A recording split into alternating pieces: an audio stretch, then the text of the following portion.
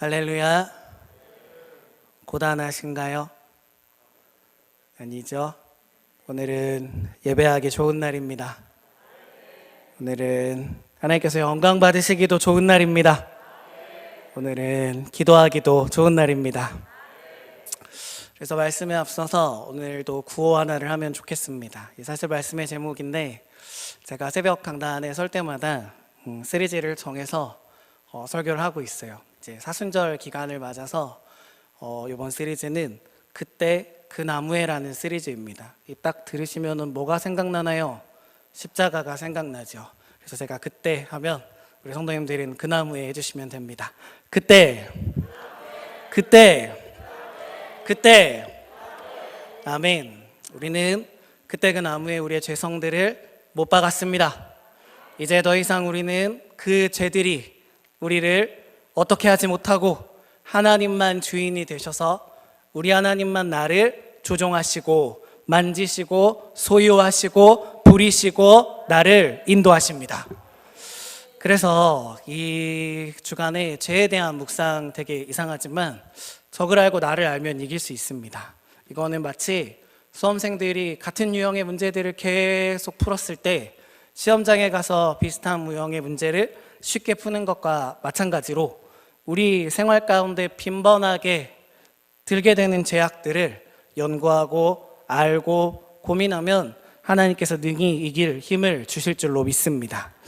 그래서 이 죽음에 이르는 7가지 치명적인 죄라는 게 있습니다. 이거는 한자로는 7죄종이라기도 하고요, 7대 죄악이라고 하기도 하고요, 옛날 말로는 7대 거악이라고도 이야기했습니다.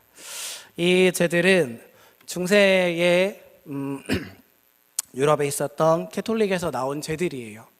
캐톨릭의 문화, 성경에 대한 유산들이나 해석들이 다 나쁜 것이 아니라 우리가 배워야 될 것들도 있습니다. 7가지 죄악은 이 교부들과 그 다음에 신부님들과 이 수도승들이 연구를 했을 때 사람이 어떤 죄악에 가장 많이 노출되는가, 이것을 연구해서 7가지를 했고요. 그 죄악들은 이러합니다. 교만, 시기, 분노, 나태, 탐심, 그리고 재밌는 건 여기 식탐이 있습니다. 저는 엄청난 죄인입니다. 다음에 색을 좋아하는 정욕, 이 7가지가 사람을 무너뜨리는 죄악이라고 합니다.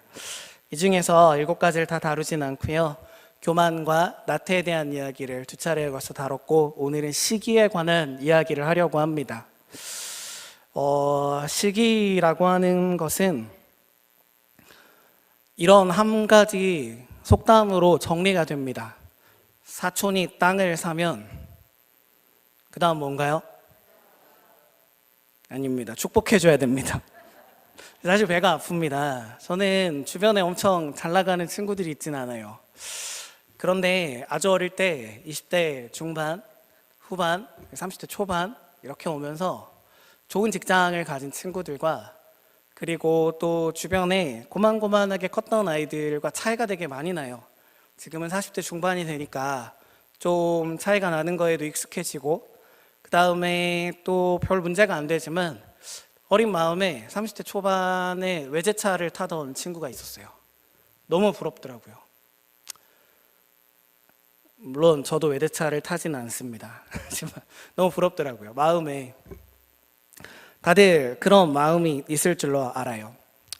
사람이 이 7가지 죄악 중에 6가지는 그 죄악을 하면은 되게 달콤합니다. 교만하고 나태하고 분노하면 속이 뻥 뚫리는 것 같고, 그런데 이 시기만큼은 잘 보이지도 않고 교묘하게 나를 죽입니다. 시기는 즐겁지가 않고요, 내 삶 가운데 만족을 사라지게 하고요, 더 높은 곳을 위해 가고자 하는 마음, 그리고 상대방을 끌어내리려고 하는 마음으로 우리 삶을 얼룩덜룩하게 합니다. 시기는 특별히 다른 죄들과는 다르게 하향 평준화를 야기시킵니다. 어떤 조직의 문화가 있다고 치면 이게 분위기예요, 분위기. 제가 이제 아이들을 가르쳐 보면 이제 아이들 이야기를 할 수밖에 없는 게 저의 삶의 절반이 아이들과 지냈어요. 우리 청소년들 너무 잘 알고, 어떤 학교는 그냥 하루에 5시간, 6시간 공부하는 게 대수롭지 않은 학교가 있습니다. 대전에도 있어요. 그런데 어떤 학교는 하루에 3시간, 2시간 공부하자고 하면 경기가 일어납니다. 아니, 인간이 어떻게 그렇게 살 수 있습니까? 선생님, 그게 말이 되는 이야기입니까? 분위기에 있습니다. 3시간, 2시간 하는 친구들은 선생님 나를 설득시켜서 공부 시간을 뺄 것이 아니라 앞에 있는 친구들 5시간, 6시간 하는 사람들의 기준으로 따라가야 자기도 성장하고 그 사람의 인생도 나아지고 자기 안에 있는 채워지지 않는 것들도 채워질 줄로 압니다. 시기는 그렇습니다. 대신에 동경하고 부러워하는 마음, 선한 동기를 가지고 하나님께 내가 모자란 것을 구하고 엎드리고 부르짖고 나가면 시기를 딛고 일어나면 그 조직은 상향 평준화되는 줄로 압니다. 잘하는 사람을 따라가니까. 기도 3시간 하던 구역이 5시간 하는 한 사람을 본받아 5시간 하게 되고, 기도 5시간 하던 구역이 잘하는 사람 한 사람을 본받아 7시간 하게 되고, 우리의 마음 가운데 미움 대신에 형제를 품고 배우고자 하는 마음, 하나님께서 넣어주신 자들을 인정하는 마음이 있기를 주님의 이름으로 축원합니다. 잠언서 14장 30절에는 이러한 시기에 대해서 이렇게 묘사합니다. 시기는 뼈를 썩게 하느니라. 그렇습니다. 시기는 뼈를 썩게 합니다. 아주 오래전에 들었던 예화 하나를 소개해 드리도록 하겠습니다. 미국에서 한 사람이 친구가 좋은 집을 샀다는 소식을 들었습니다. 저 같은 사람이었나 봐요. 친구가 좋은 차를 샀다는 소문을 들었죠. 그래서 이 친구의 마음이 부러워져서 나는 더 좋은 집을 사야 되겠다. 그러고서 부동산에다가 자기의 집을 내어놨어요. 그리고 이제 친구의 집보다 더 좋은 조건의 집들을 막 검색하고 전화해보고 하는데 딱 한 집이 너무너무 마음에 드는 집이 나온 거예요. 그래서 부동산에 전화를 해봤더니 자기가 내어놓은 집이랍니다. 하나님, 우리 주신 것에 만족할 때 시기가 없을 줄로 압니다. 성경에 나타난 몇 가지 시기에 관한 에피소드들을 살펴보고요. 오늘 설교를 마무리하려고 해요. 어려운 주제도 아니고 시기라고 하는 것을 인지만 하면 이 시기가 주는 덫 앞에 넘어지지 않습니다. 이 시기 때문에 넘어지는 사람이 한두 명이 아닙니다. 우리가 지금 눈앞에 바라보고 있는 모든 기득권 싸움의 원인은 시기입니다. 우리가 바라보고 있는 내가 남들보다 높아지고자 하려는 모든 시도들의 원인은 시기에 있습니다. 우리가 창세기 강해를 통해서 잘 배웠습니다. 요셉과 형제들 사이에 시기하는 마음이 있었습니다. 이거 너무 우리가 자세히 잘 배웠으니까 요셉이 야곱에게 받은 게 채색옷입니다. 비싼 옷을 사줬죠. 예뻐했고 사랑했고 또 아꼈고 이 자기의 사랑했던 아내 라헬에 대한 마음이 요셉에게 그대로 가는 겁니다. 형제들 입장에서 올바른 정답을 한번 고른다면 이 10명의 형제들은 요셉에게 어떻게 했어야 했을까요? 1번, 사랑해준다. 2번, 아버지와 화목하게 지내며 요셉을 인정해준다. 3번, 성경과 같이 요셉을 잡아다가 구덩이에 넣고 팔아버린다. 시기는 이런 겁니다. 상식을 벗어나게 합니다. 마음에 시기하는 마음이 가득할 때에 사람이 해서는 안 되는 짓까지 가는 것입니다. 시기의 영이 있거든 예수의 이름으로 떠나가기를 주님의 이름으로 축원합니다. 고라 자손과 모세와 아론 사이에도 있었습니다. 광야에서 다 같이 어떻게 보면 전우회가 넘쳐나는 팀인데 모세와 아론과 미리암에게 허락하신 지도력에 대항하여서 고라 자손이 일어납니다. 하나님께서 고라 자손들 사람들의 산채로 땅에다가 넣었습니다. 시기의 끝은 좋지 않습니다. 하나님을 대적하는 행위요, 특별히 하나님이 세우신 자들을 시기하여 일어나는 모든 자들은 하나님을 두려워할 줄로 압니다.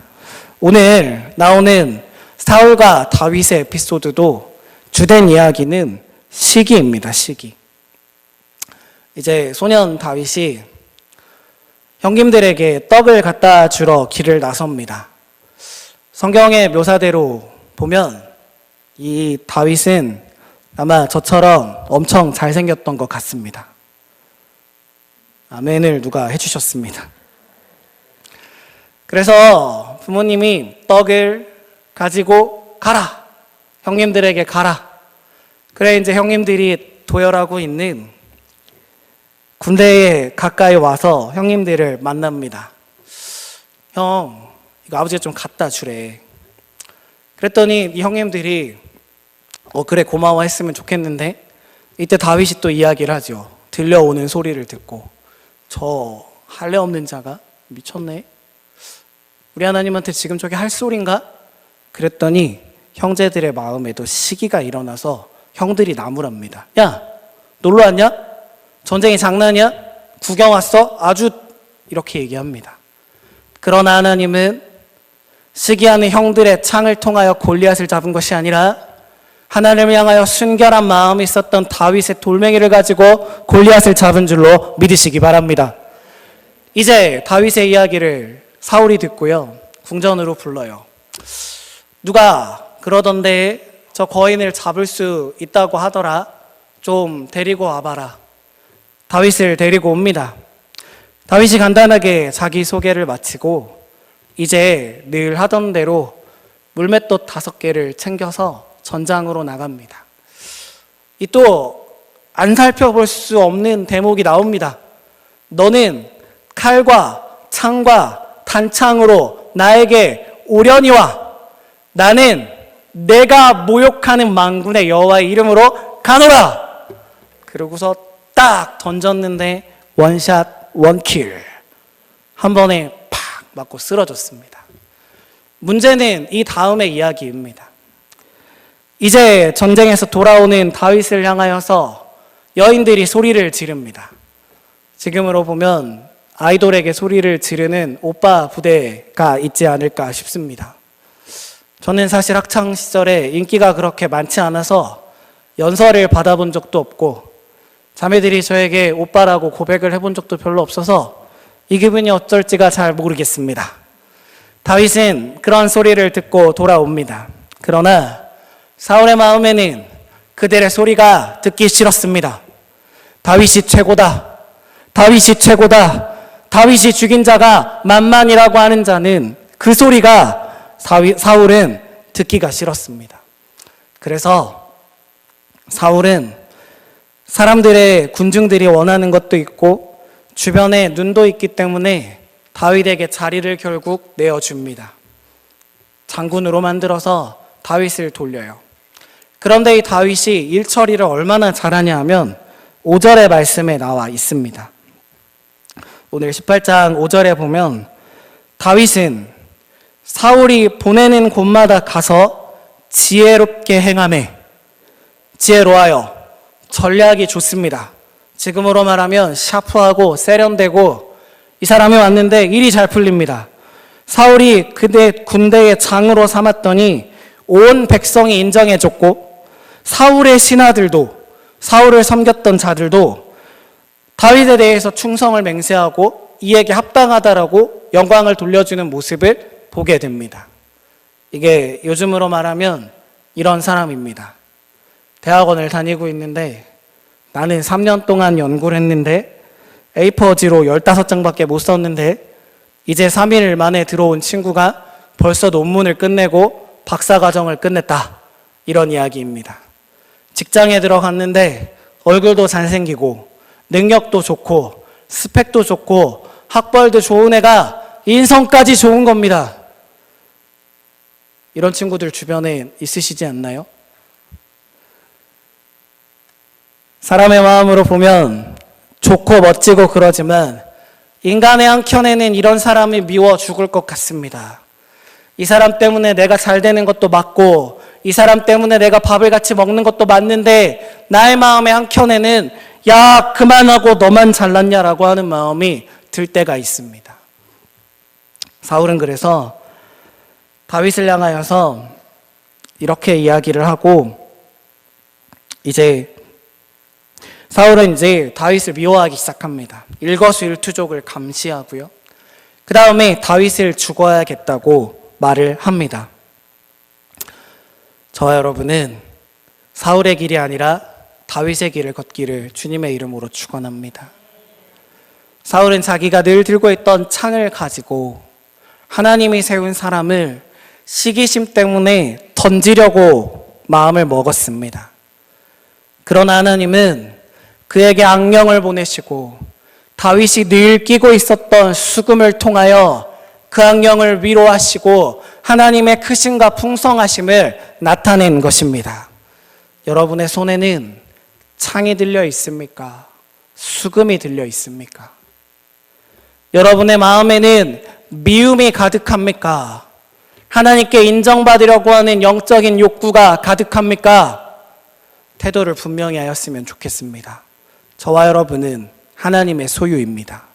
저와 여러분은 하나님이 사랑하시는 자들입니다. 저와 여러분은 악한 것들뿐만 아니라 나 자신도 나를 괴롭힐 권리가 없는 유한한 피조물일 뿐입니다.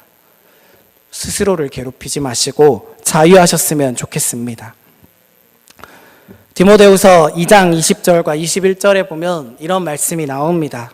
큰 집에는 금그릇과 은그릇뿐 아니라 나무그릇과 질그릇도 있어 귀하게 쓰는 것도 있고 천하게 쓰는 것도 있나니 그러므로 누구든지 이런 것에서 자기를 깨끗하게 하면 귀히 쓰는 그릇이 되어 거룩하고 주인의 쓰임에 합당하며 모든 선한 일에 준비함이 되리라. 시기를 마주하는 성도 여러분, 거룩함을 지니십시오. 하나님 나라의 그릇이 많습니다. 제가 한때 품었던 마음이 그렇습니다. 하나님, 저는 왜 이런 걸 맡기셨습니까? 새벽 2시가 돼도 끝나지 않는 영상 편집, 컴퓨터 앞에 앉아서 빨리 끝나도록 기도를 하면 좋겠는데 하나님이 컴퓨터가 뻗지 않도록 해주십시오. 갈 길이 멉니다. 하나님, 저를 왜 여기에 두셨습니까? 하나님, 저를 왜 이름 없고 빛도 없는 곳에 두셨습니까? 아닙니다. 저는 하나님 그렇게 쓰시는 그릇이었습니다. 어떤 이들은 주방에서, 어떤 이들은 전도팀에서, 어떤 이들은 주차봉사팀에서, 어떤 이들은 낮고 낮은 곳에서 쓰임을 받는 것에 감사할 때에 우리의 마음에 시기의 영이 떠나는 줄로 압니다. 깨끗함을 준비해야 돼요. 우리가 믿음의 상향 평준화를 이루는 일은 한 가지 길밖에 없습니다.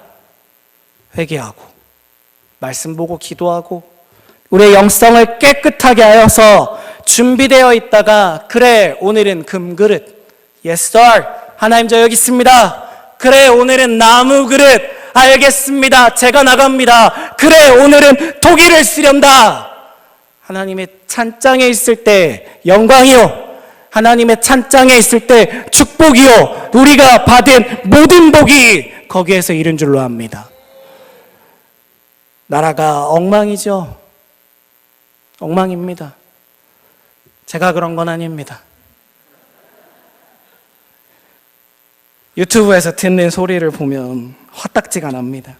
네가 잘했다, 내가 잘했다, 너는 이래서 잘못했다, 나는 이래서 내가 맞다. 기득권 싸움이 넘쳐납니다. 명심하십시오.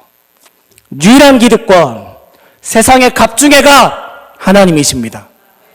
이 하나님께 주도권이 넘어갈 때에 우리 인생은 합력하여 선을 이루는 아름다운 하나님의 나라를 만들어가는 구성원이 되는 것입니다.